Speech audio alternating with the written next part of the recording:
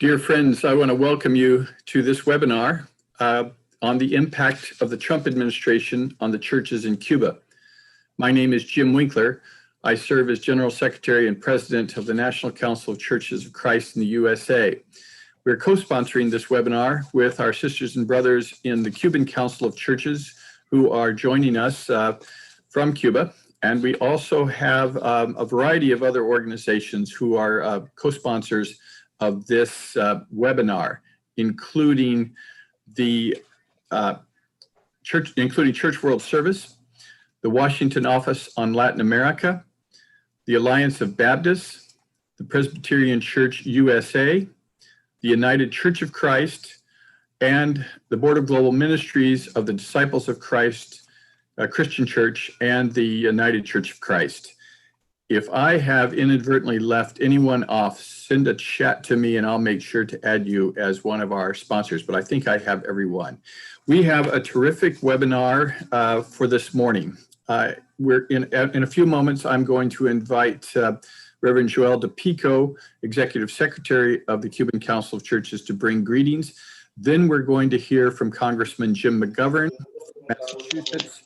And after Congressman McGovern's, we'll hear from Jeff Thale of the Washington Office on Latin America. I apologize. Actually, first we're going to hear from several of our colleagues in Cuba who will be introduced by Reverend DePico. Those include, I think I have this right, Marilyn Pena Perez, the team coordinator of the Martin Luther King Center in Havana, Reverend Dora Arce Valentin, the moderator of the Presbyterian Reformed Church in Cuba, and Reverend Izett Samá Hernández, Presbyterian pastor in Cuba. After we hear from our Cuban colleagues, we will hear from Jeff Thale of the Washington Office on Latin America. We're going to have time for questions and answers, and we will be closed in prayer by one of my predecessors, the Reverend Joan Brown Campbell, former General Secretary of the National Council of Churches and a longtime friend of the Cuban people. Before I invite Joel to make some remarks, let me just say that we have a long and strong and close partnership between the National Council of Churches in the US and the Cuban Council of Churches. We've had many delegations that have traveled back and forth between the US and Cuba. I accompanied the executive committee of the National Council of Churches to Cuba in, I think, 2018, maybe it was 2019, where we had a worship service in First Presbyterian Church in Havana. We also met with Foreign Minister Bruno Rodriguez Parilla, and we had other wonderful meetings. I've traveled to Cuba myself a number of times over the past 20 years and love Cuba, the Cuban people, and I'm thankful for the close relationship of our churches between our two countries.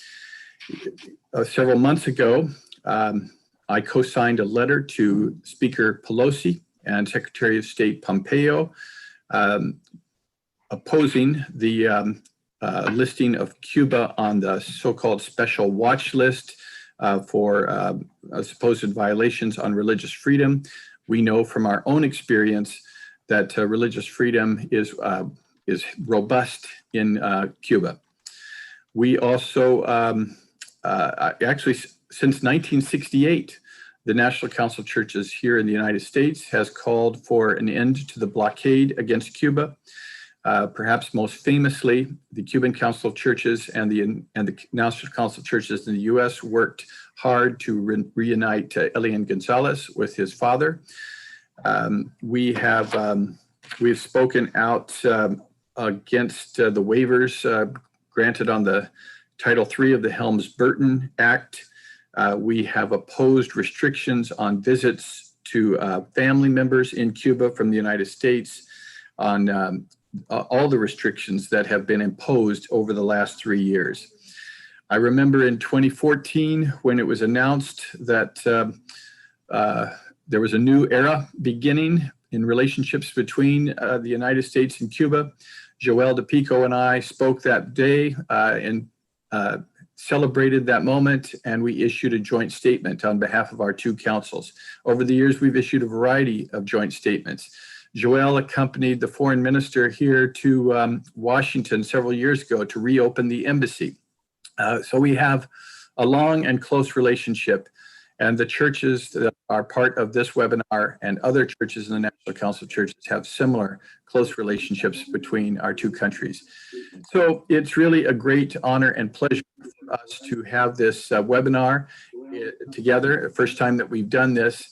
It's just disappointing that we have seen a regression in our relationships between our two countries over this past several years. And we hope and pray that within a few months, we'll begin to see a new era in our relationships. And in the event, no matter who is elected president of the United States next month, we will have to continue pushing forcefully for an improvement in relations and really to get back on track the process that began several years ago under President Obama. So now I'd like to ask my colleague, Joel de Pico, former General Secretary of the Cuban Council of Churches, or President, and now the Executive Secretary, to offer some words of welcome. Joel? Sí, ¿me escuchan bien en español, en inglés? So friends, I think that for those of you who need Spanish to English translation, you can click the bubble at the bottom of your page that says interpretation. I'm going to do that now so I can hear Joel. My Spanish is still improving. Bien, chequeando, ¿me escuchan entonces y está funcionando bien la traducción y todo? Muy bien, es bueno que a pesar del bloqueo todavía nuestras voces pueden ser escuchadas desde Cuba. Este es para nosotros un día histórico y muy importante estar realizando este encuentro usando la tecnología que nos ayuda a estar unidos.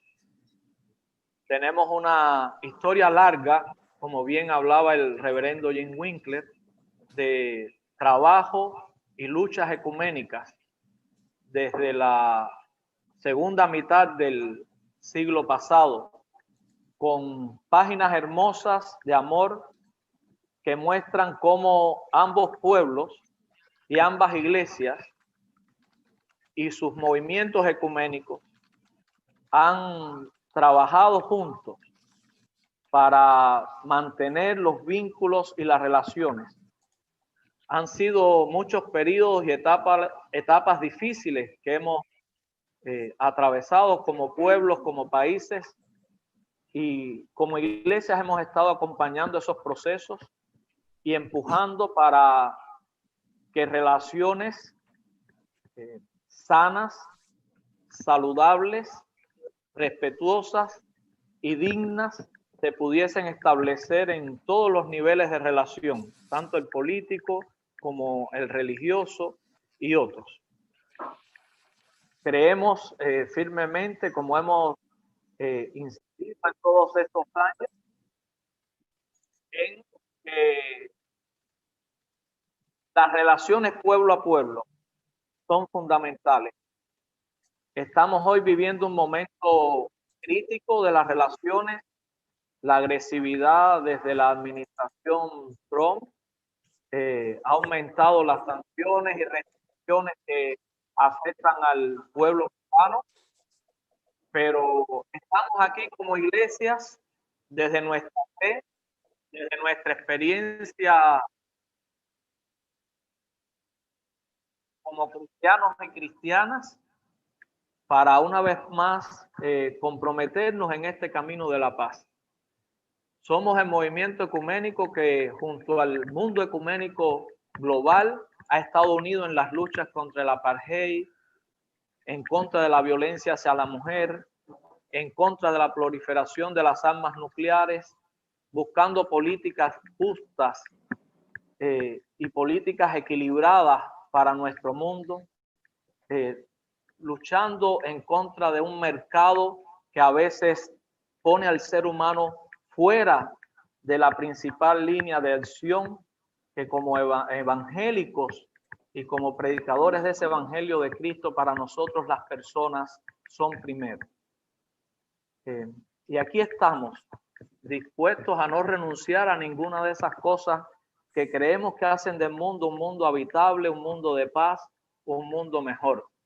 Como mi colega Winkler había expresado, a todo lo largo de estos años hemos siempre estado unidos a través de declaraciones, de asambleas, visitas de intercambio, intercambio entre los seminarios, intercambio entre iglesias locales, programas de emprendedores, programas de ayuda social en Cuba, ayuda humanitaria, intercambios que abarcan todo el área de la espiritualidad, porque como iglesias, tanto en los Estados Unidos como en Cuba, tenemos un compromiso profético y un compromiso pastoral con nuestros pueblos. Ambos pueblos nos hemos acompañado en los momentos difíciles, en oración y en acción. Por eso este webinar, esta oportunidad de estar juntos, tiene mucho valor para nosotros. Damos a todos y todas la bienvenida a quienes nos acompañan. Más tarde estaré presentando brevemente a las colegas cubanas que van a expresarse. Agradecemos a los panelistas de los Estados Unidos y a todos los que han hecho posible organizar este encuentro, muy especialmente al congresista McGovern, con quien hemos podido intercambiar en varias ocasiones en sus oficinas, y siempre han sido intercambios enriquecedores desde nuestras diferentes posiciones que podamos tener, pero con muchos puntos en común en los temas de las relaciones y normalización de relaciones entre Cuba y los Estados Unidos. Tuvimos el privilegio de estar allí, como se decía, en Washington, en el momento que fue abierta nuestra embajada. También estuvimos en La Habana en el momento en que John Kerry, el secretario de Estado, visitó e inauguraba la embajada de los Estados Unidos. Ver ambas banderas levantarse soberanamente en cada lugar es algo que guardo en mi corazón como una señal de esperanza, la cual también me motiva a estar aquí con todos ustedes hoy.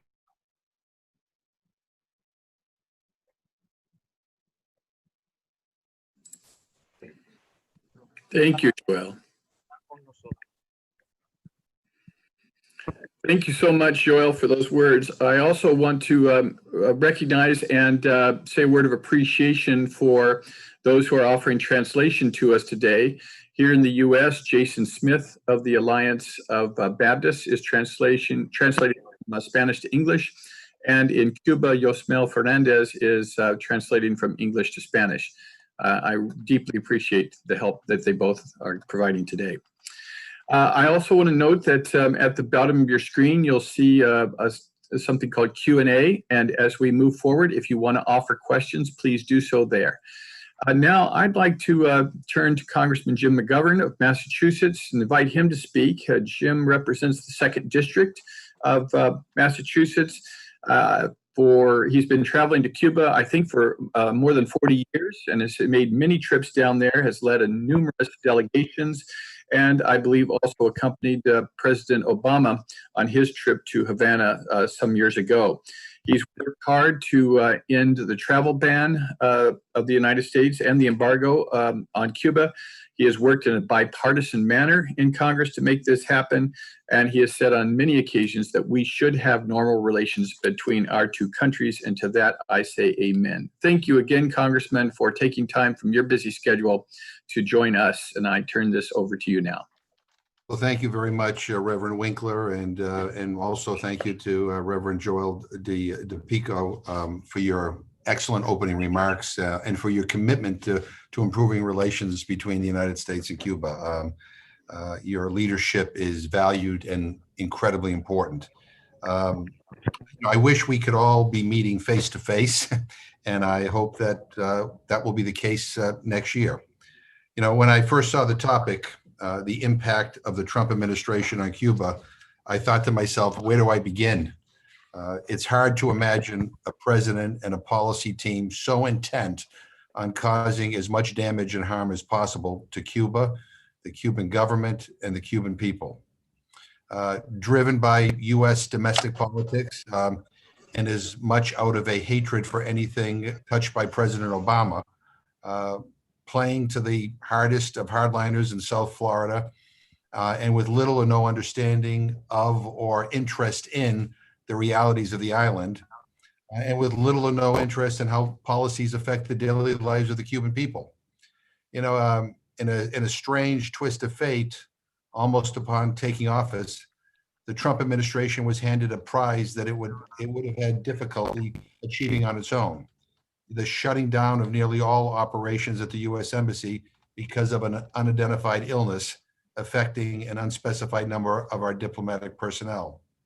Shutting down U.S. Embassy and consular services immediately limited travel to and from the two countries. It all but stopped the processing of visas, private sector collaboration, educational exchanges, and basic services and support to Americans on the island or arriving on the island. And over the course of the next 3 years, we have witnessed the ending cruises and severely limiting or ending air flights to Cuba, especially to regional cities. We've seen the restriction or ending the means to make financial transactions, including family remittances and investments. We've watched as the administration has severely blocked hotel accommodations available to Americans traveling to Cuba. They've subjected Cubans hoping to emigrate to the United States to the cruelty and the inhumaneness of the Trump immigration policy, especially at our southern border. They've suspended nearly all dialogue with the Cuban government on areas of common interest, such as immigration, drug trafficking, law enforcement, climate and environmental concerns, and even human rights. It has, the administration has even managed to demonize Cuba's program of sending doctors, nurses, and medical aid abroad, even during this horrific pandemic. You know, I am most angry that the Trump administration has applied sanctions to humanitarian aid, including food and medicine, even during the COVID-19 pandemic. Food and medicine should never, ever, ever be restricted. The state and treasury departments will tell you that they do not limit food and medicine, but they just limit the ships and the airplanes on which it's being delivered. The state and treasury departments will say to you that they do not limit food and medicine, but they have blocked the shipment of ventilators, respirators, swabs, PPE, and laboratory equipment. In every respect, this is a violation of both U.S. sanctions law and international humanitarian law. Now, you'll hear from other speakers about how these policies and actions have directly impacted the Cuban people. But for the Trump administration, other than a few rhetorical flourishes, it has never been about the Cuban people. This president doesn't give a damn about the people in Cuba. It's all about believing that they can somehow overthrow the Cuban government with such punishing measures. It's all about trying to win just enough votes in South Florida to get reelected to the White House. You know, one area where the Trump administration has been very successful, however, is to tie every action taken against Cuba to its fight against the Maduro government in Venezuela. It has demonized both countries and both governments.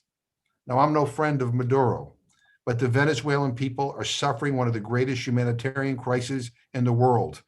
And U.S. sanctions against fuel and exports are only making things worse. And someday we need to have a discussion about the impact of U.S. sanctions all around the world. The Trump administration has deliberately exaggerated Cuba's role in the programs in Venezuela. This allows the U.S. to increase sanctions on fuel and other exports to Cuba for Venezuela and to sanction individual Cuban officials. And in Congress, it will take a lot of concentrated work to separate U.S. policy towards Cuba and U.S. policy towards Venezuela in the minds of many, many members of Congress. Which brings me to my last points. What if we have a chance next year to change these policies once again? No one knows what's going to happen in November in the U.S. elections. But if we have a chance to change direction once again, We won't be able to just wave a magic wand, restore the Obama policies, and move on from there, as much as we would all like to see that happen. Because each time President Trump dismantled or destroyed an existing connection between the American people and the Cuban people, he harmed people. He undermined trust, and he increased the sense of vulnerability among everyone involved. Everyone who is willing to create new initiatives under Obama will weigh the risks differently than in the past. Everything will feel like, and indeed will be, a greater gamble. If you had made the investments made by U.S. airlines and airports and employees and employees on the island that you then had to shut down and walk away from, would you be willing to try again quickly? When you're weighing where to restart your entire industry after the COVID shutdowns and layoffs, will Cuba be at the top of your list? The answer is probably no. So there's not going to be a magic wand, and it's not going to be easy.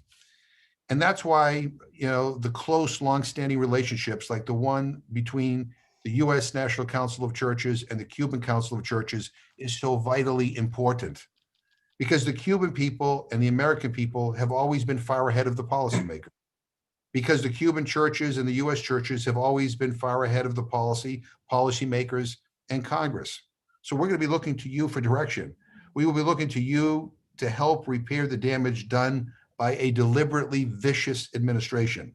We will be looking to you to teach us how to build and rebuild bridges between our two countries once again. And maybe it would even be better if you were running for Congress in each of our countries. Let me just conclude with this reflection. My first visit to Cuba was when I was a college student back in 1979. I was also a paid intern for the former Senator George McGovern, who fought hard to improve relations between our two countries way back then.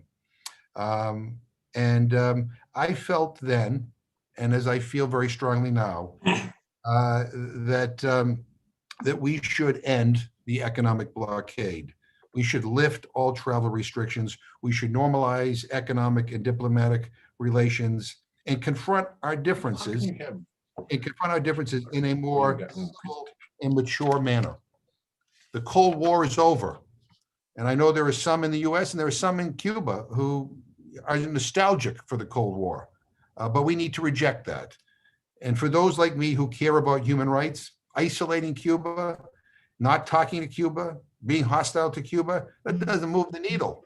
And for those like me who want to help the Cuban people, the embargo and the restrictions on humanitarian aid are just cruel. They have to end. And for those like me who understand that better relations with Cuba is not just a benefit to Cuba, but a benefit to the people of the United States in terms of increased trade, increased agricultural exports, but also in shared collaborations on medical research and on biotechnology, so we can find cures to some of the diseases and illnesses that plague the world, that we benefit from that. It is in our interest as well to improve relations.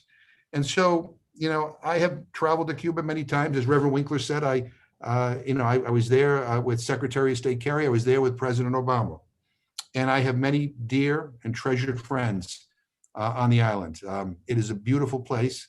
And the people I have met, the friends I have met, have a special place in my heart. But as people of faith, we believe in building bridges, not blowing them up. And so to everybody on this call, thank you for asking me to participate and say a few words at the start of your discussion. I very much look forward to when we can all meet again. And God bless you all. Thank you. Thank you so much, Congressman. Do you have just a few minutes for some Q&A? Sure, yeah, absolutely. Okay. Well, I'm going to take the... Do you want to wait until the others speak? It's up to you. I think I depend on your judgment, because we want to respect your schedule. We're in the middle of a campaign, and you've got work as a congressman. But if you have time and are able to stay on with the other speakers, we would love that. But if you need to run, then we would just have Q&A with you now.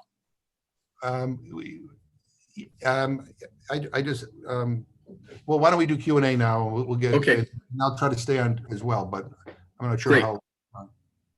I'll begin, take the liberty of being the moderator and say that, first of all, thank you so much for your remarks. Second of all, I think you anticipated at least one of my questions, which was what timeline, if there is a change in administration here in the U.S., you might see. And I suspected what you predicted, and that is that this probably won't be at the top of President Biden's, if he's president's agenda. He's got so much that he'll have in front of him.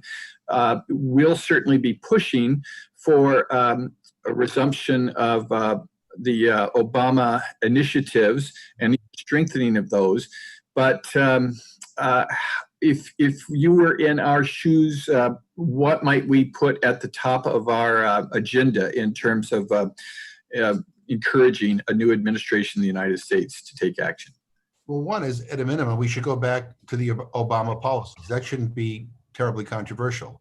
And that's part of the challenge, right? And so I would, I hope with this that we get a new administration, and I hope and pray every day that we do, that, we begin to engage them during the transition. But as I said before, given the way this administration, the Trump administration, has kind of blown up our policy, we have to start rebuilding bridges and reestablishing trust. I mean, there are people who, in good faith, made investments that they saw just kind of evaporate, because Trump went on one of his tirades. And so I think that there's going to need to be some certainty that, in fact, any investments made, any exchanges that that occur are going to be lasting and are going to be respected, no matter who's in the White House down the future. But we have a bipartisan group in Congress. We call it the Cuba Working Group, who are very much dedicated to moving the ball forward.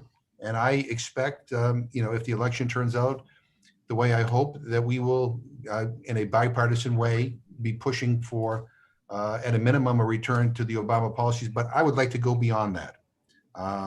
We need to lift the economic sanctions. We need to, lift all the travel restrictions, and we need more grown up, a more mature sense of policy. Thank you so much. There are several questions that have come into the Q&A box. One is, it says, as you tied the sanctions against Cuba with the situation in Venezuela, are you willing to participate, promote, be available to enter into a full, comprehensive discussion regarding the situation in Venezuela, as you have been active on Cuba? Yeah, no, and as I mentioned in my opening remarks, I think U.S. policy, first of all, every country is different. So we shouldn't be, bunching everybody together. That's always a mistake. Number two, I don't approve of the U.S. sanctions policy in Venezuela. I do not at all I'm not at all enthusiastic about Mr. Maduro. I have some very strong feelings about his human rights record and how he has conducted himself. But I think we need to separate that from the Venezuelan people, and we need to have a more intelligent discussion on how we deal with that situation. So yes, I think we need to reassess our policy toward Venezuela, and I say that as somebody who is very critical of Mr.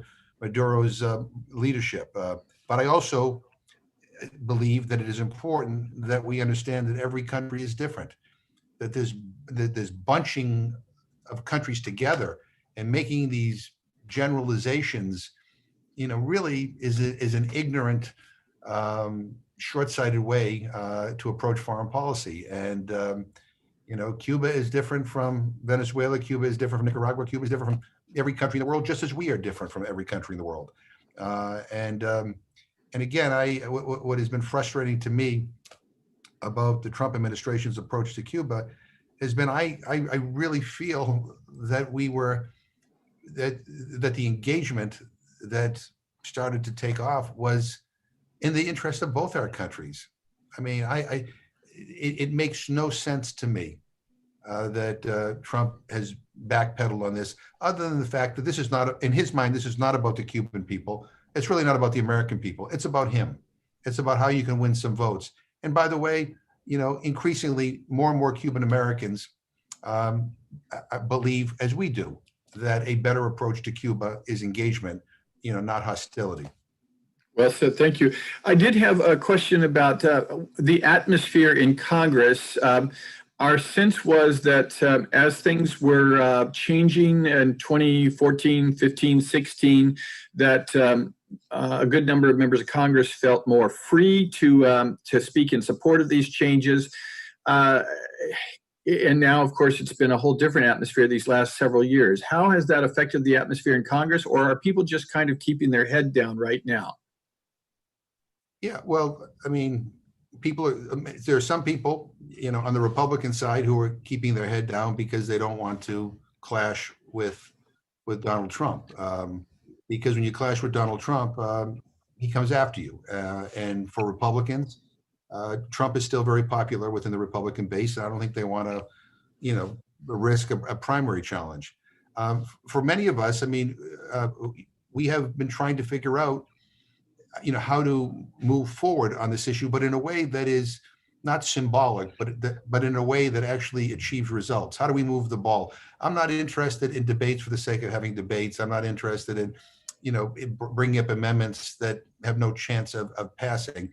We need to build on the successes that we had under the Obama administration and move on from there. So, my expectation is that, that if there's a change in administration, that we will see more bipartisan support for moving in the direction that I think many of the people on this call want to move in.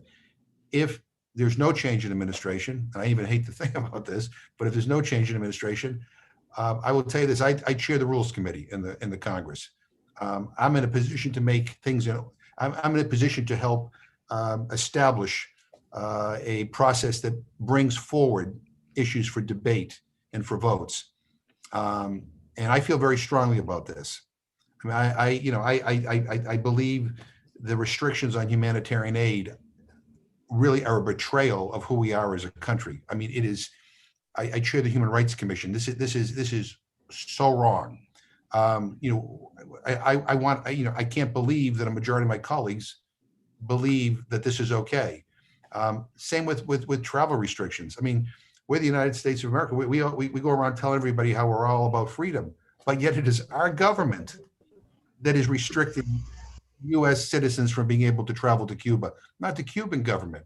So we might, even if nothing changes in the administration, we may bring that forward.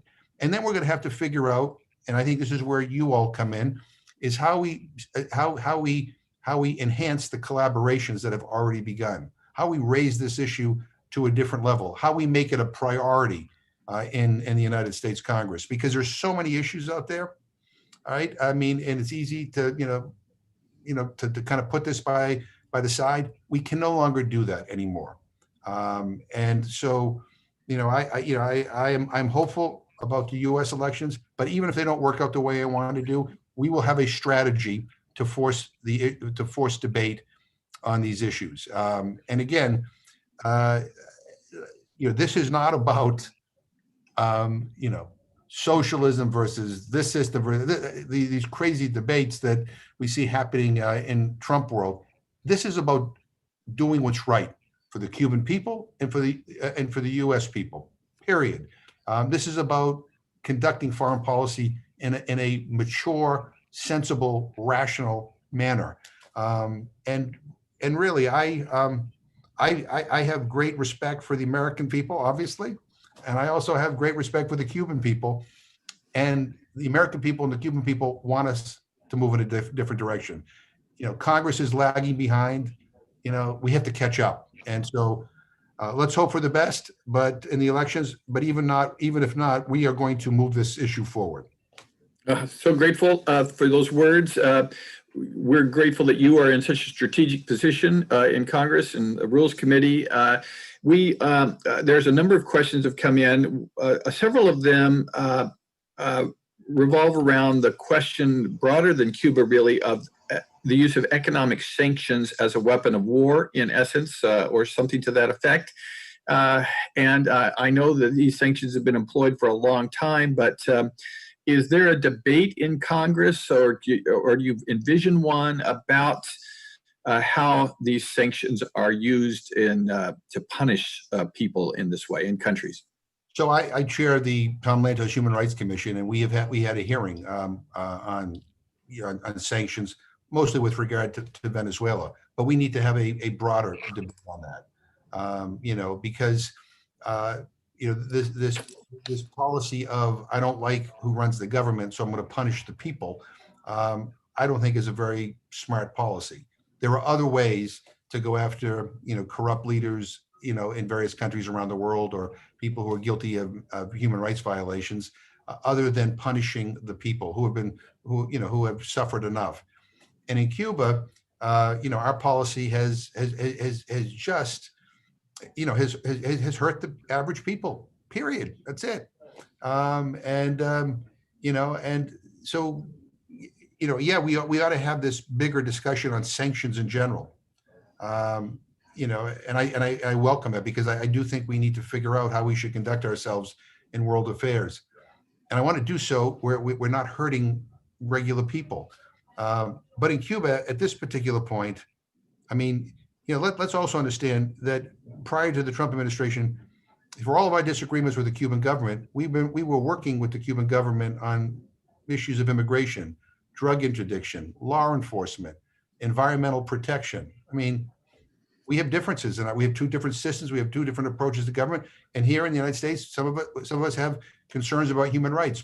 But nonetheless, that shouldn't prevent us from working together on a whole range of things, trying to build trust, trying to have each side understand where the other side's coming from.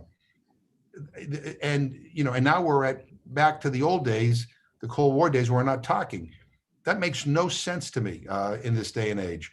And so we were actually, we had constructive engagement with the Cuban government, and that has ended. That doesn't make any sense to me. Thank you. I know we could all ask you questions all day. I do want to make an observation and invite your response to it. I've had the opportunity to meet with President Diaz-Canel, with the foreign minister, with the Ambassador Cabañas, and with other Cuban government leaders. And in each case, I have expressed my personal thanks to them for not, I'm going to say, taking the bait of President Trump and engaging in quite frankly, a pointless back and forth of accusations and recriminations.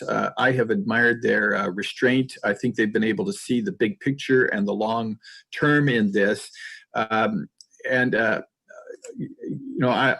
suspect you perhaps have offered similar encouragement to them. I really feel for the Cuban government and the Cuban people, as they have been the targets of slings and arrows in these last several years.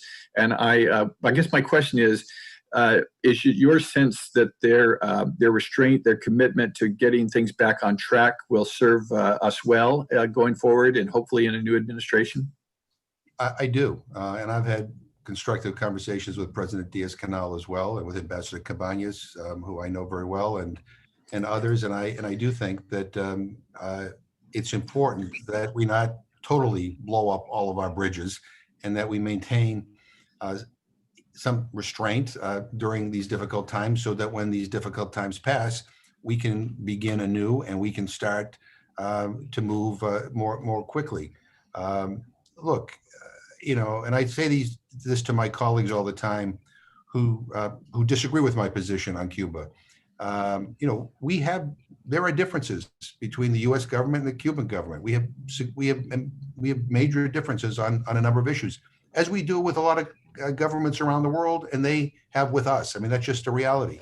The question is, how do you move forward in a way that is constructive? And this notion that being as hostile as you possibly can will somehow change things, it ignores history.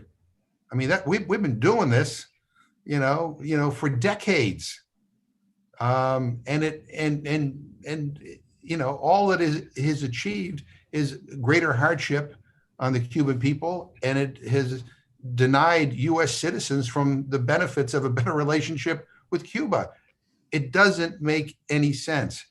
And when I hear Donald Trump even invoke the words human rights, and again, we have human rights, there are legitimate issues of human rights that we have, where we have differences with the Cuban people. I've raised issues about that, but when I hear him invoke the words human rights, and I see him like he's in love with Kim Jong-un of North Korea, or that somehow, you know, the Crown Prince, you know, is one of his dearest and most treasured friends and allies. I mean, and you know, I can go right down the list. It is laughable, right? This is not about human rights. This is not about the Cuban people. This is not about the American people. As I said at the beginning, this is about one thing and one thing only, and that is Donald Trump. It is about his trying to win some votes to get reelected.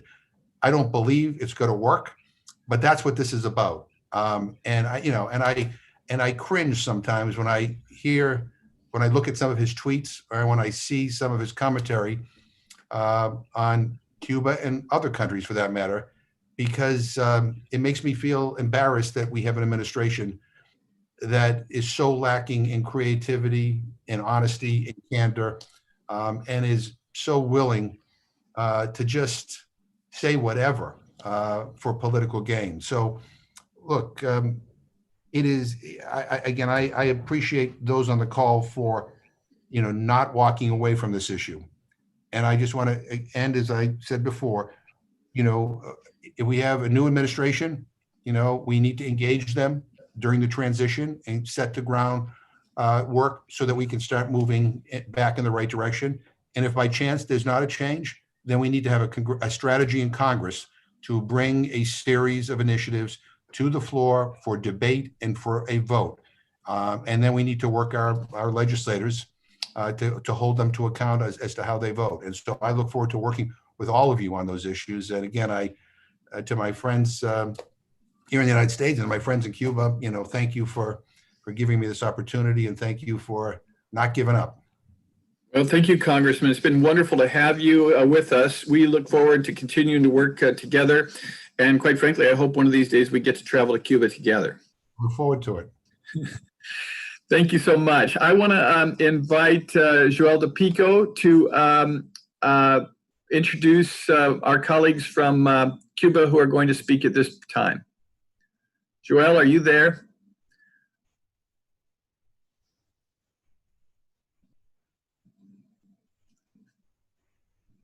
There he is.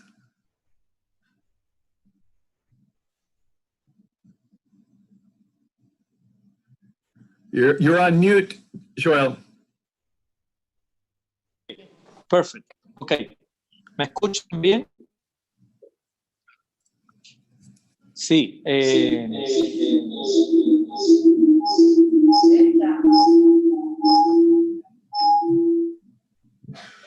Tenemos tres presentadoras cubanas, tres mujeres. Gran parte de la población de la iglesia cubana son mujeres. Las mujeres son muy activas en nuestras iglesias y por años han sido una columna fuerte en todo el trabajo de las iglesias cubanas. Están con nosotros Marilyn, que es coordinadora del Centro Martin Luther King aquí en La Habana, un centro fundado por el reverendo Raúl Suárez Ramos, también un campeón en el establecimiento de relaciones y trabajo por la unidad entre ambos pueblos, y un centro que tiene una gran trayectoria en batería baja. Y un centro que tiene una gran trayectoria en el trabajo entre ambos pueblos. Nos acompaña también Dora Arce, presbiteriana, que ha trabajado con la Alianza Reformada Mundial y con muchas organizaciones ecuménicas, en estos momentos moderadora de la Iglesia Presbiteriana, teóloga, profesora del Seminario de Teología de Matanzas, y la pastora Izett Samá, que es pastora de una iglesia rural en un poblado que se llama Los Palos, al sur de La Habana, en la provincia de Mayabeque. Estas tres mujeres nos van a ilustrar un poco de la experiencia cubana, de cómo estamos viviendo en este momento y los desafíos en relación al bloqueo, en relación a la vida diaria, cotidiana de la familia, de las personas, en relación a la necesidad de articulación entre iglesias cubanas y norteamericanas para juntas trabajar en agendas donde la palabra del evangelio nos acompañe en el diario vivir y en las transformaciones que necesitamos en ambos pueblos y países. Y también estaremos hablando de la desmonización de los médicos cubanos que prestan servicios en muchos lugares del mundo, incluso que han estado dispuestos a prestar servicios en situaciones de desastres en los Estados Unidos. Dejo el piso abierto para ellas, que son nuestras speakers, nuestras que están presentándonos hoy estos temas. Con ustedes Dora, Marilyn e Izett.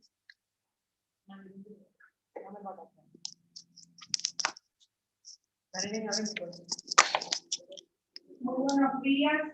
Espero que como parte... Buenos días. Espero que como parte de este esfuerzo me puedan estar escuchando bien. Un abrazo fraterno desde Cuba, desde el movimiento ecuménico cubano y especialmente desde el Centro Martin Luther King, que en su esencia también tiene esa intención de unir a nuestros pueblos que han intentado separar desde muchos tiempos y desde diversas maneras. Agradecer este esfuerzo enorme por juntarnos, por hablar de lo que nos puede unir, y en un esfuerzo también que tiene un sentido de vocación por sentir el tema de la justicia y de la paz como camino para este momento que vive el mundo y que viven las relaciones entre nuestros países. El gobierno de los Estados Unidos desde febrero de 1962 intenta dañar una de las esencias más importantes por la que trabajamos también los cristianos, y es el propio derecho a la vida, a tener una vida en paz, a tener una vida con justicia y a luchar porque las personas habitemos un mundo donde podamos tener satisfechas nuestras necesidades fundamentales. Las cubanas y los cubanos que hemos nacido en Cuba hace más de 60 años, ya nacimos con ese bloqueo comercial, económico y financiero que ha impuesto el gobierno de los Estados Unidos a nuestro pueblo y que afecta a todos los sectores del país. Hoy somos el 77% de la población cubana que ya nació bajo los efectos del bloqueo, y más de 11 millones de cubanos que todos los días estamos viendo en nuestra vida cotidiana los efectos de esto que también consideramos un genocidio, porque va contra el derecho fundamental, que es el derecho a la vida. No es un bloqueo contra un gobierno, es un bloqueo contra un pueblo, y eso es un elemento fundamental para entender las consecuencias de este acto en la vida de los cubanos y cubanas. Por tanto, el efecto que tiene desde el punto de vista de la violación también de los derechos humanos es fundamental que lo compartamos en este momento.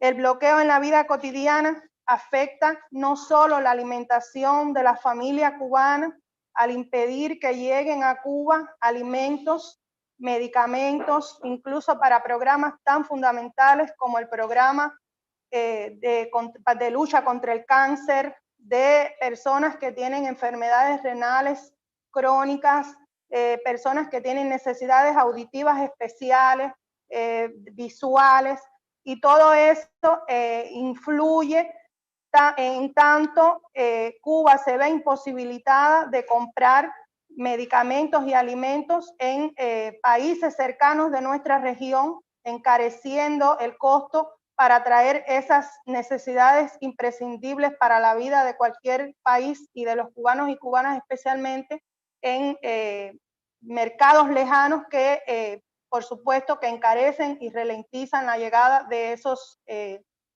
servicios imprescindibles. Tiene expresiones también para dañar la economía de nuestro país y que tiene que ver fundamentalmente con la restricción que tienen bancos, empresas cubanas de generar proyectos de comercio también en otros sectores importantes para el desarrollo, como son la industria, como es el transporte público, como son otros sectores estratégicos para la vida del país.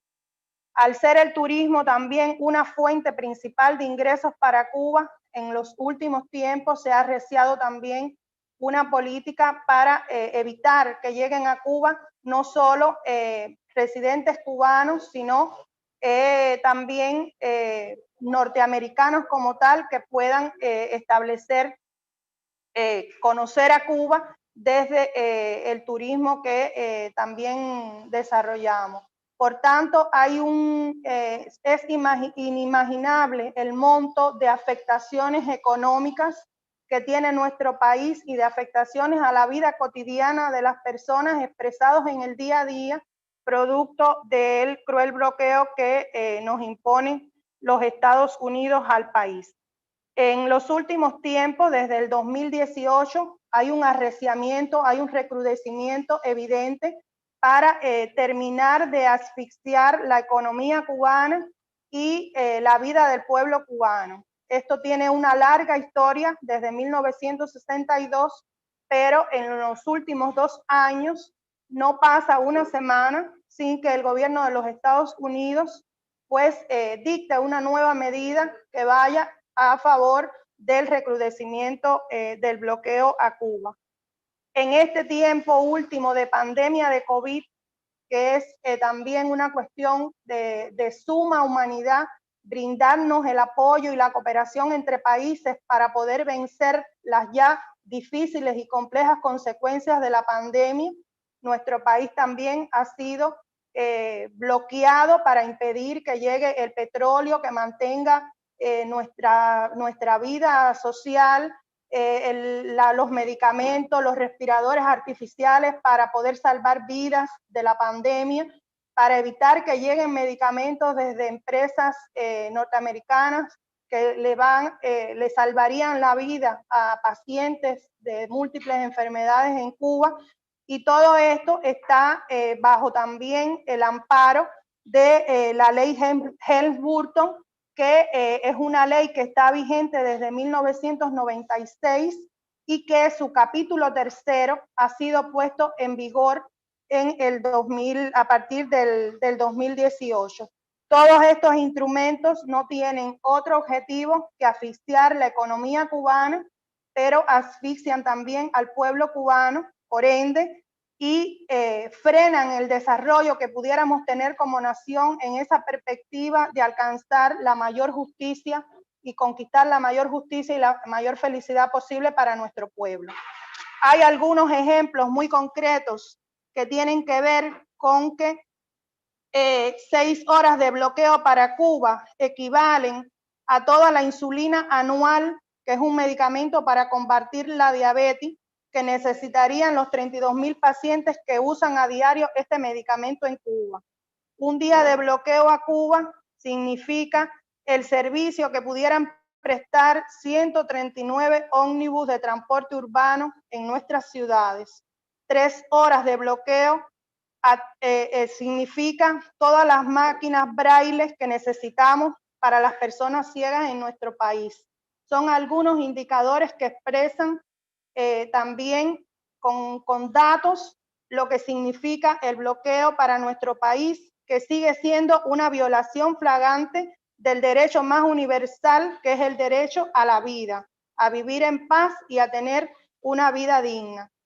El bloqueo es el mayor obstáculo al desarrollo de nuestro país y al proyecto de conquistar esa justicia. En el actual contexto de complejidad que vivimos, esperamos contar con la comunidad internacional, con ustedes, hermanos y hermanas de los Estados Unidos, para denunciarlo y para lograr que se acabe.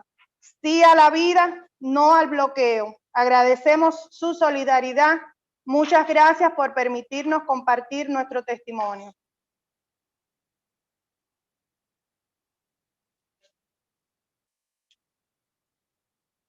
Bueno, muchas gracias.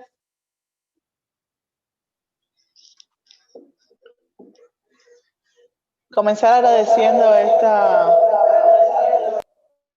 oportunidad de no solo compartir este bloqueo, sino este testimonio, sino también sentirnos acompañados con la solidaridad que están expresando nuestros hermanos y hermanas desde los Estados Unidos.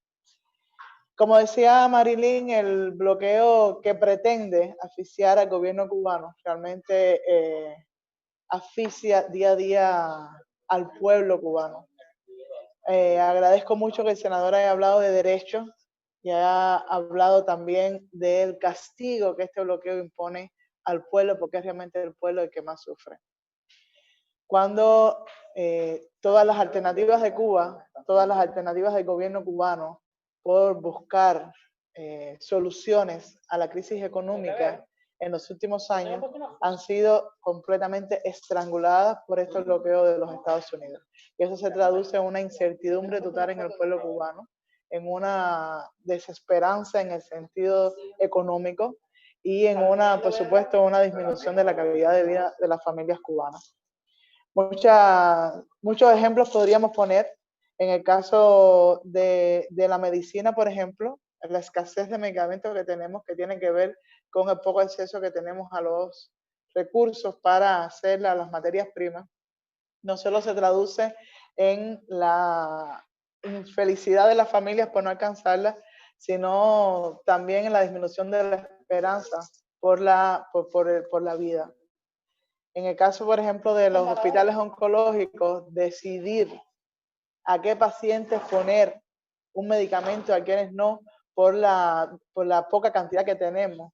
Decidir si a un joven o un niño, decidir si a una mujer que está en edad para procrear o una mujer que ya pasó los 60 años, es algo con lo que los médicos cubanos se tienen que batir diariamente. Con médicos con una profesión que está completamente destinada a buscar, enfrentar todo lo que sea posible por defender la vida. Eso es una de las angustias más grandes y una de las cosas que debe tener claro es que el pueblo es quien está sufriendo. El pueblo es el que se ve amenazado completamente día a día en su lucha, en la esperanza, en la lucha por la vida. Al cerrar los hoteles, por ejemplo, no solamente están cerrando un canal de acceso del gobierno para tener recursos financieros para la exportación, la importación. Está cerrando también la posibilidad de trabajo de miles de trabajadores. Está cerrando la posibilidad de una vida digna de miles de familias. Está cerrando la oportunidad también del intercambio cultural, que también es un derecho humano que pueda tener el pueblo cubano con personas de otros países. Es una cuestión humanitaria. Nadie puede pretender defender o decir que lucha a favor de un país cuando está asfixiando completamente a su pueblo. Por eso no es solo la lucha contra el bloqueo, no es una cuestión política, es una cuestión humanitaria. Es estar al lado de un pueblo que lucha por defender su soberanía, que se reconstruye día a día desde sus propios errores, pero también desde la esperanza de tener una sociedad más justa, y que el tema económico por el bloqueo nos tiene completamente estrangulados y asfixiados, y se ha recrudecido, por supuesto, como todos han dicho, en los últimos 4 años con la administración del presidente Trump. Venir a Cuba, ver al pueblo en la búsqueda de soluciones cotidianas y verlas completamente paralizadas, porque hay un punto que no podemos ir más allá, que tiene que ver con la relación con otros países, la relación con otras empresas, la relación con otras instituciones fuera de Cuba que abaratarían muchísimo los productos que necesitamos, que enriquecerían las relaciones que puede establecer Cuba con otros países, y aumentaría, por supuesto, o daría más esperanza a la cuestión económica en Cuba. O sea, son algunos elementos solamente para adicionar cómo el bloqueo afecta directamente a la familia cubana. Una acción, una medida que se establezca desde la Casa Blanca no va directamente al gobierno cubano, va directamente a las familias cubanas, afecta directamente a su calidad de vida, a su dignidad y, por supuesto, a la esperanza de tener una vida mejor.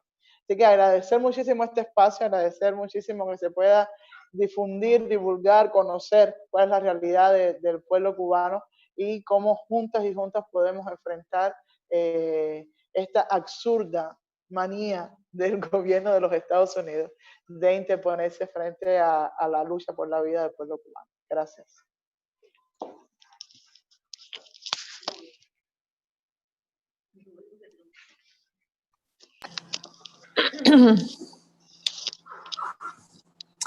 Bueno, reitero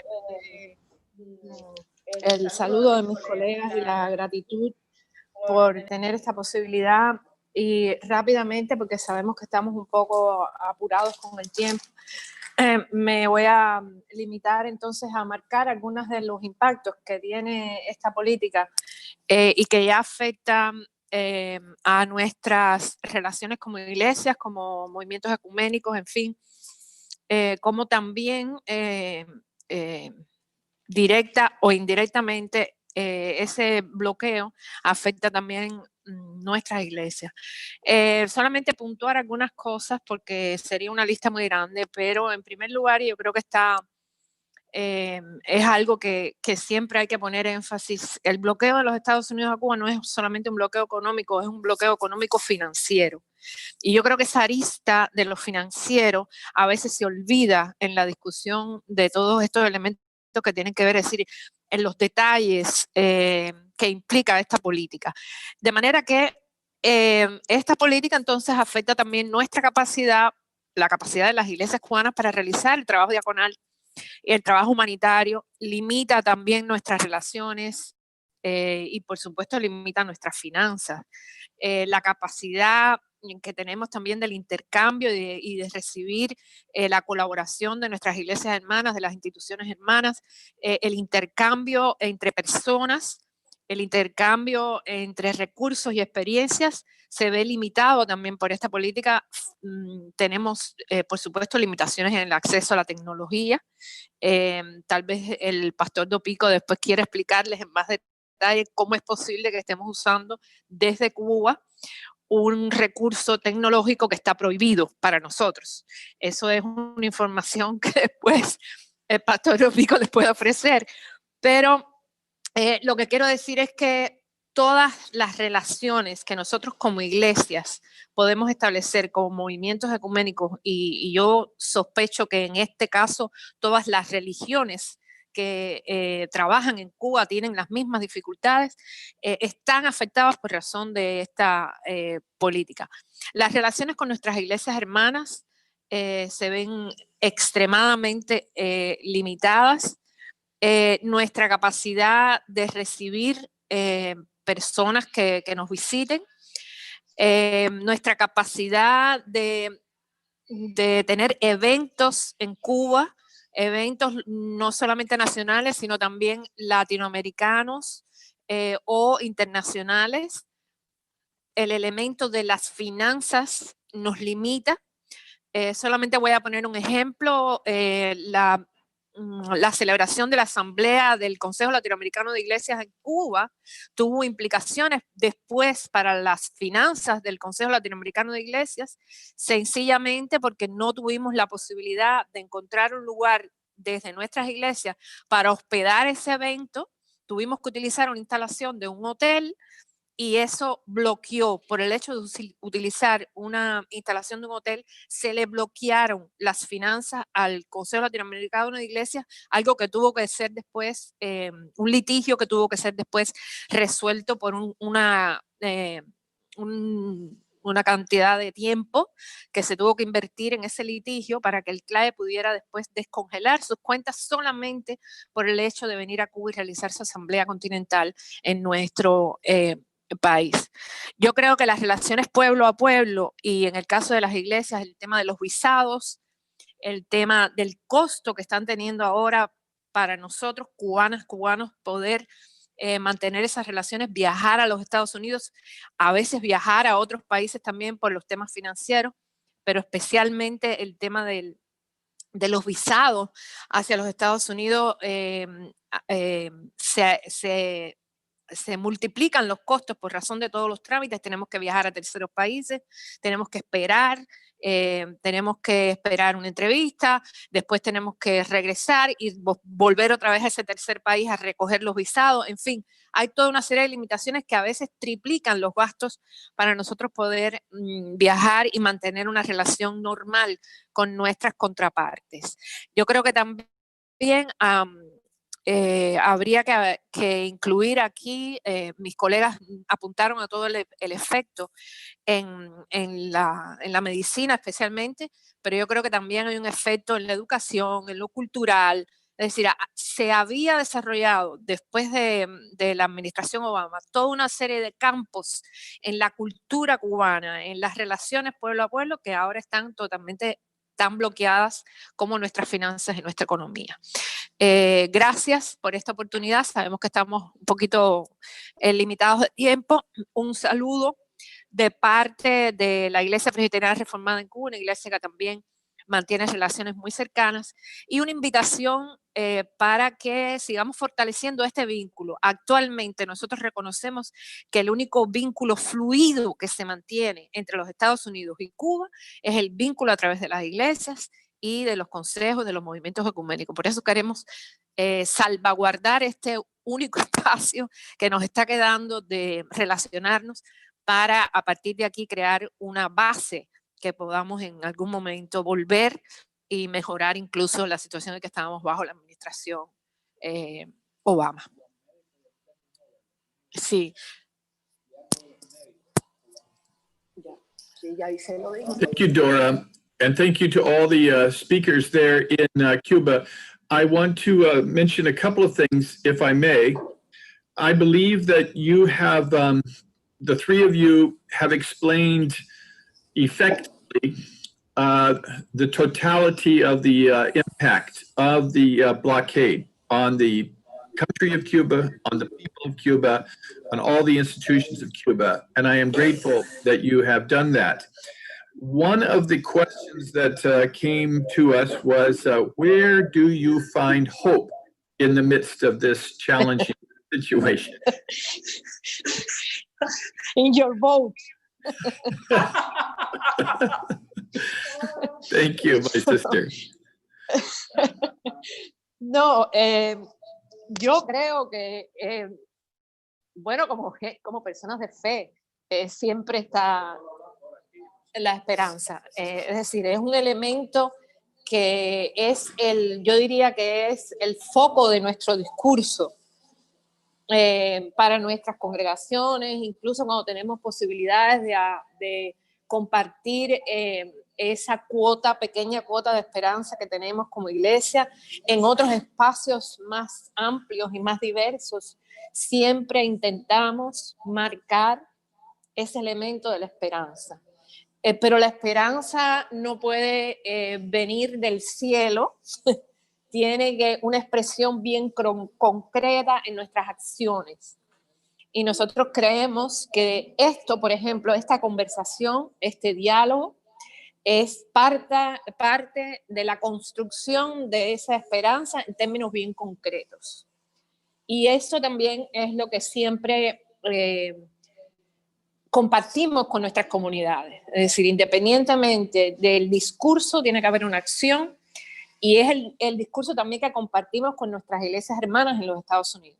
Si necesitamos que esa esperanza tome una acción concreta en la manera en la que ustedes comparten lo que es Cuba, la realidad cubana en los Estados Unidos, en todos los espacios posibles, y la manera también en la cual ustedes concretamente utilizan las herramientas que ustedes tienen en el gobierno, en la estructura de la sociedad de los Estados Unidos, para deconstruir ese imaginario que se ha creado de lo diabólico que es el gobierno y que es la sociedad cubana, y tratar de utilizar también esas herramientas para eliminar esta política que tanto daño hace a los dos países, como bien apuntaron ya ustedes mismos. Thank you so much, Dora.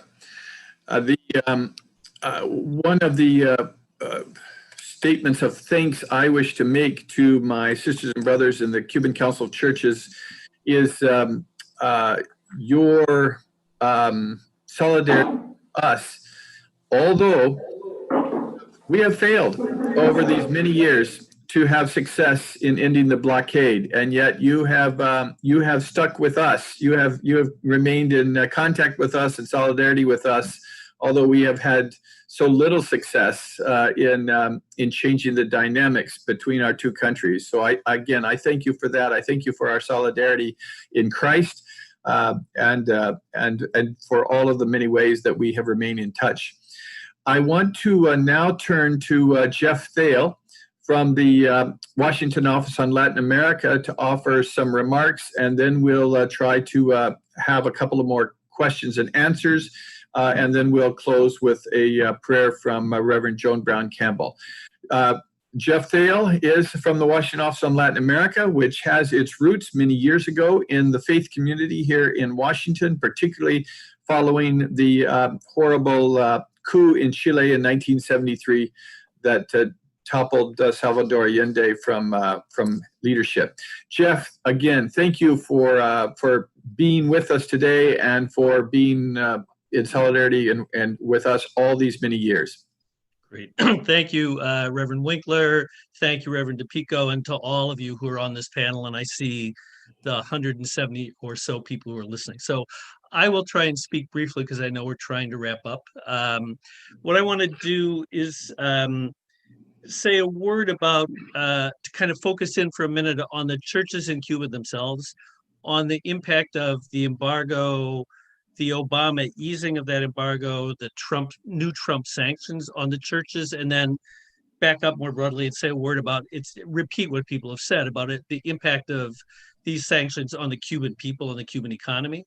And then finally, I want to talk a little bit about the role that the faith community here can play in pressing a next administration, whoever that administration is, in moving back towards the process of normalization and kind of beginning with reestablish the conditions for full dialogue between Cuban and U.S. churches and their partnership. So I should say, by the way, that my first trip to Cuba in 1995, one of the first visits we did was to the Cuban Council of Churches, which was that time deeply involved in distributing humanitarian aid, Dr. Noemi Gorin, I think, and also to the Martin Luther King Center, which I first saw in 95. So we've been engaged long in the issue in dialogue with the Cuban Council and in support for dialogue between an engagement partnership between Cuban and U.S. churches while opposing the embargo as a policy matter overall. Just really quickly, it's clear there is, in contrast to the perception that's still far too widespread in the United States, there is religious freedom in Cuba. There is a breadth of religious faiths from Afro-Cuban religious traditions, the Catholic Church, the mainline Protestant churches, evangelicals. I remember from a trip, the Salvation Army has a branch in Cuba. There are not registered, but there are Jehovah's Witnesses, there are Latter-day Saints. There's a Muslim community. So a breadth of religious life in the country. Since certainly from the mid-60s through the mid-80s, there were tensions between the Cuban state and the churches, although sometimes in the US media that stuff has been exaggerated. But clearly from the mid-80s on and then deepening since the early 1990s, the relations have improved. The space for the faith communities has grown really dramatically, and the number of active participants in the mainline Protestant churches, in the Catholic Church, and the evangelical churches all has shot up really dramatically. The Protestant churches, the mainline Protestant churches, the NCC, the Presbyterians, the Methodists, the Baptists, all have had relations with their Cuban partners since the early 20th century. And those ties were all hurt when the embargo was first imposed in the early 1960s. The travel back and forth, the relationships of solidarity, the financial and moral support that came along with that was cut, and it was a real challenge to rebuild. As Jim Winkler noted, since 1968, the National Council of Churches has opposed the embargo, and church-to-church ties were rebuilt, although with a great deal of difficulty through the 80s and into the early 90s. The Obama administration, with its, the Obama administration, we certainly thought should have gone further in as far as they could go by executive order and further in pushing the Congress to end the embargo legislatively. The steps they did take, though, really opened important space for church-to-church relationships, for political and financial and moral support that worked both ways, not just with U.S. delegations from faith communities going to Cuba, but Cuban pastors and church representatives coming to the U.S. That's been incredibly important. That brought remittances, that brought financial support for church rebuilding, and that brought understanding. And on the U.S. side, further support for understanding the realities of Cuba and ending the embargo. With the Trump administration, most of those ties have been severely restricted.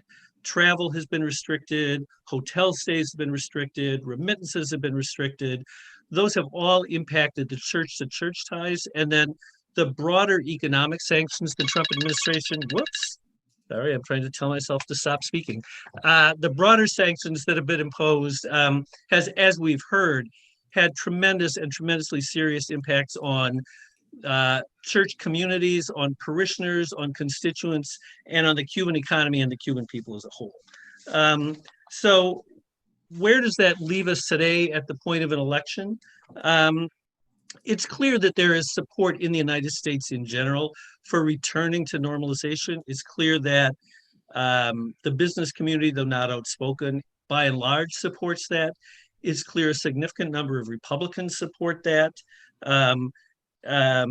It's clear that the American public overall does, and it's clear that in Florida, among Cuban Americans, there is substantial support for returning to full normalization. As Representative McGovern said, that has principally been blocked by the Trump administration and their looking for political support in the elections in South Florida, ties to some conservative Cuban American groups, some conservative Cuban American Republicans, and sad to say, a few Democrats tied closely to hardliners in the Cuban American community. As we move forward, the role of the faith community in the United States is really crucial in demonstrating to a next administration, whoever it is, and to the U.S. Congress, that there is support for not only rebuilding the church-to-church ties, but ending the embargo overall and moving progressively toward doing that. I think it's really critical that members of Congress and a next administration hear from the faith community about how much they value that connection and how important they think that is politically. And I think, as Representative McGovern said, if we have a Biden administration, they will have a lot on their plate. Part of our collective job is to push the issue up their plate with the administration, but also in the Congress, and to push for the legislative opportunities that arise on travel, on support for the small business community in Cuba, on dialogue and engagement in all its forms, and make clear to Congress and to the administration that the faith community, which is an important constituency here, wants to see that and feels it's morally and politically important.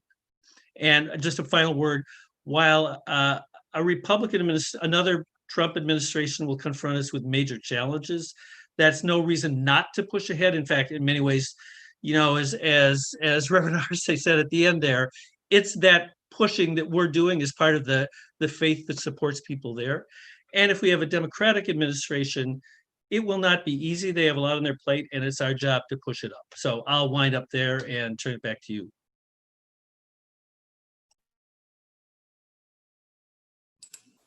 Thank you so much, Jeff. That was a great overview. We so much appreciate you and your work and your solidarity with us. We depend on your help in strategizing as we stay in touch as we try to affect U.S. policy. There are quite a few questions and answers, some of which have to do with being in touch with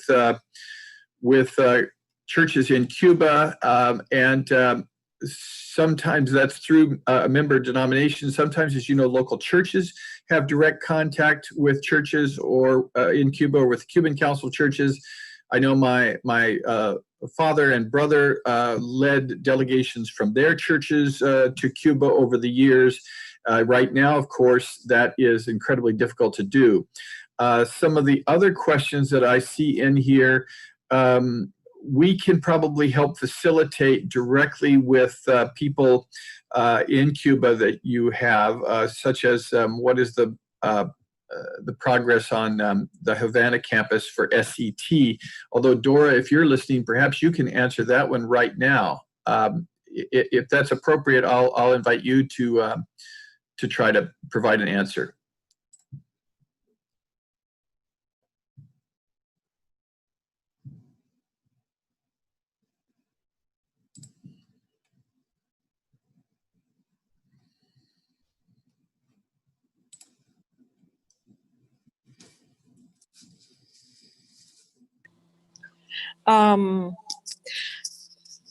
Yo creo que los fondos que hemos logrado o que se han logrado levantar para la compra de este espacio están casi prácticamente completos.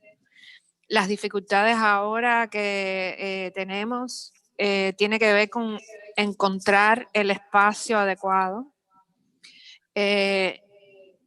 Yo creo que la intención de la dirección del seminario ha sido fundamentalmente buscar un lugar ya construido, porque hay muchas limitaciones para construcciones en el país, de manera tal que se está tratando de buscar un espacio que tenga un mínimo de condiciones para después entonces ir transformando poco a poco el espacio para que llegue a ser un espacio totalmente funcional.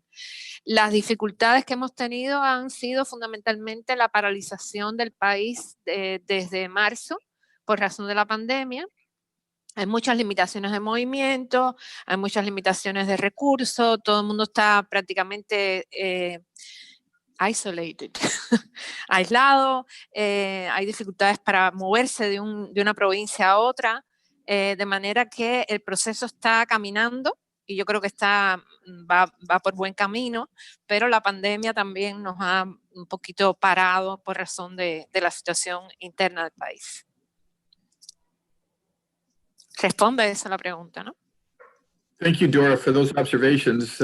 We too our movements are restricted these days from travel around. This is the least travel I have done in 40 years, and we're all observing social distancing guidelines and attempting to stay safe. So we haven't talked much about the pandemic during this webinar, but know that there's another way that we're in solidarity together as we're waiting for trying to defeat the virus and waiting for a vaccine. As we come to your conclusion, I'd like to ask Joel if you want to offer any final words.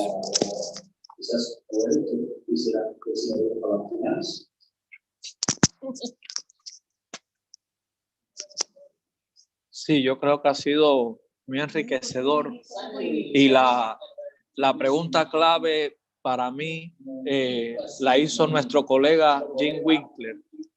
¿Dónde encontrar esperanza? Y creo que en medio de todas estas situaciones las iglesias cubanas han encontrado respuestas y el pueblo cubano ha encontrado respuestas. La esperanza está en amarnos unos a otros.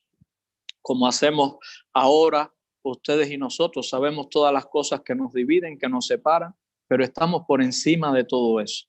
O como hacen los médicos cubanos, que también ahora están la brigada Henry Reef, que fue un presbiteriano de Brooklyn, su familia, su papá pastor, y hoy lleva su nombre una brigada médica que trabaja por todo el mundo, sirviendo.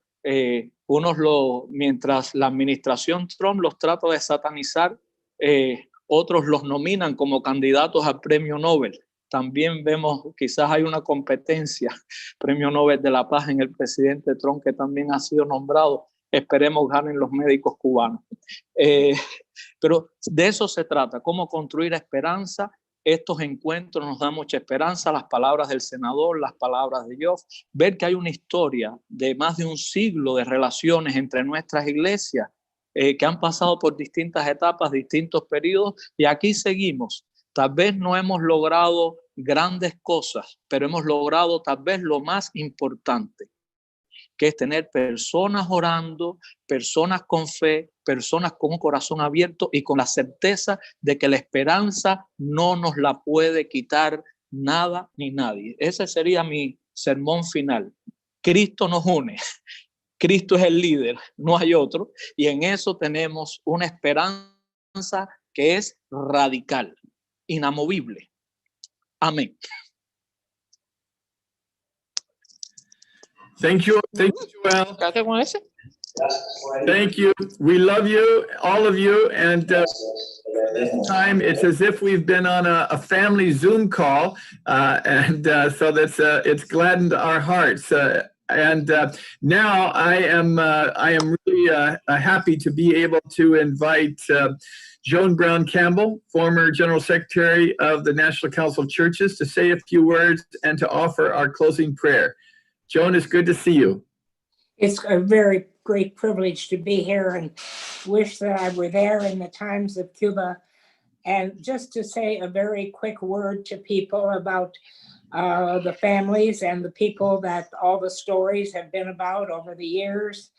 And for those who who are with us now, I think you might be interested to know that for the little boy that came from the United States many years ago now, is now the father of a baby. And so I think that we have followed it through the years. I see people shaking their heads who have watched this. And it's a small story and a great story.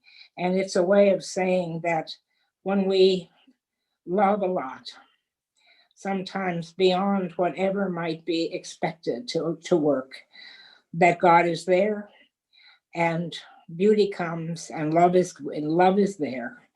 And so for this little boy, and now what happens to him in his new life as a father, we begin to see what it means when people from all countries come together, because we are people of love.